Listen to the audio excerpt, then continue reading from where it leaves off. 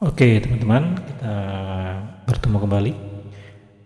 Khususnya di sini dalam penelitian, saya ingin men-share satu bagaimana mendefinisikan apa yang diukur, atau misalnya di sini bagaimana kita mengukur sebuah variabel, ya, variabel terutama variabel laten. Nah, ada beberapa uji yang dilakukan untuk menentukan apakah suatu indikator itu dikatakan layak bagi sebuah pengukuran dalam sebuah variabel. Yaitu ada 3 di sini. Yang pertama ada uji indikasi dan uji kausalitas. Nah, di sini berarti uji indikasi bahwa variabel indikator atau indikator tersebut harus merupakan indikasi, tanda, atau definisi dari variabel laten yang ingin diketahui. Oke. Kemudian yang kedua adalah bahwa variabel indikator harus tidak boleh memiliki hubungan kausalitas dengan variabel yang laten yang ingin dibentuk, ya. Nah, kemudian setelah itu, setelah memenuhi 2 uji ini, kemudian uji berikutnya adalah uji kesesuaian untuk pengujian hipotesis. Baik, supaya lebih mudahnya kita contohkan di sini. Di sini ada contoh salah, ya, misalnya. Nah, misalnya di sini ada variabel yang minat membeli. Misalnya di sini minat membeli dibuat dengan pengukuran ada tiga indikator, yaitu daya tarik produk, kemudian tingkat harga, dan mutu produk. Nah, sekarang mari kita uji. Contoh misalnya di sini kita mau uji daya tarik produk, apakah dia benar merupakan minat membeli. Ini adalah contoh yang salah. Jadi caranya nanti adalah apakah variabel tersebut sebuah indikasi atau tanda atau pengertian dari variabel yang akan dibentuk.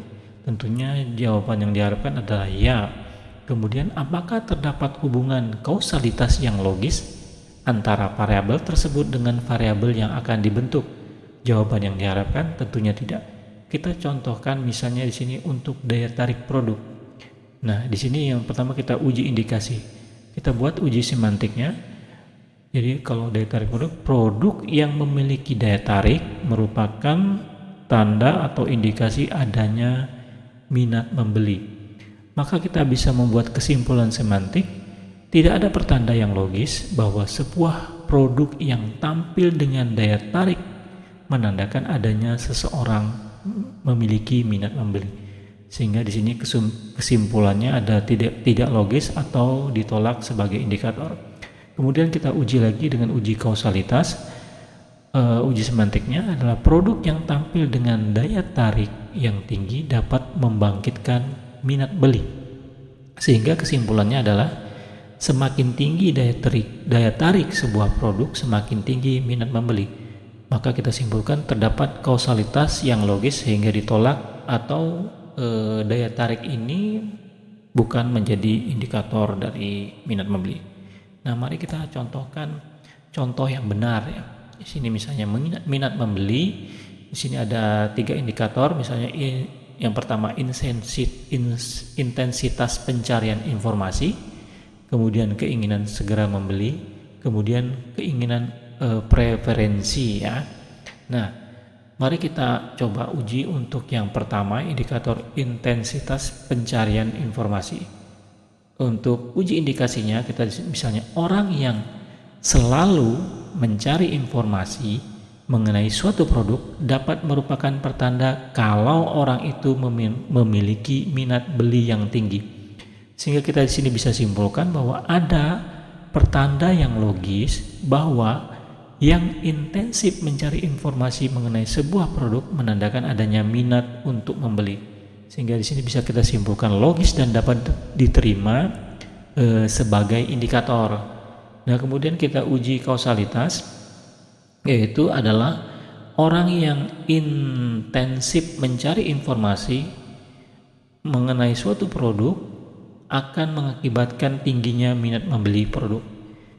Artinya kalau kita di sini semakin intens pencarian informasi mengenai suatu produk, semakin tinggi minat membeli.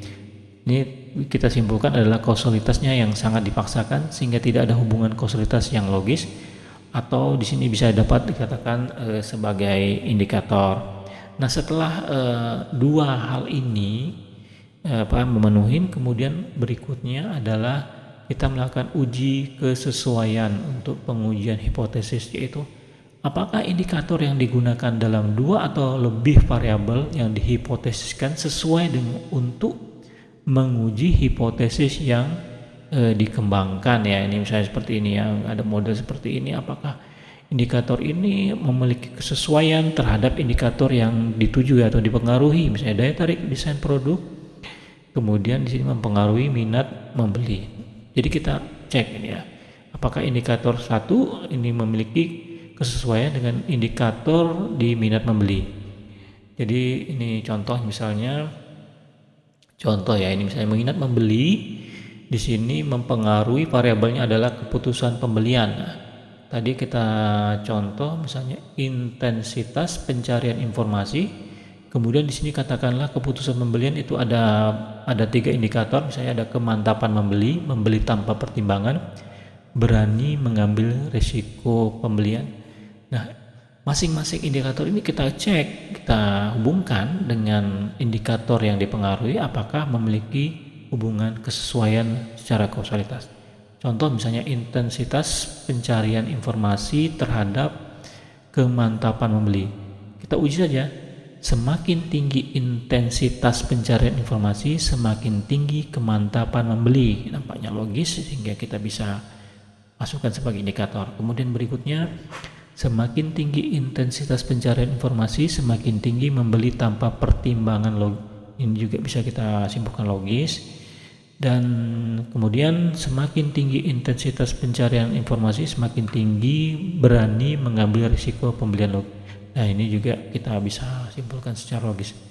Oke, dan seterusnya kita bisa uji semuanya apakah mempunyai kesesuaian, sehingga kalau telah memiliki kesesuaian maka indikator-indikator tersebut layak digunakan sebagai pengukuran dari sebuah variabel laten.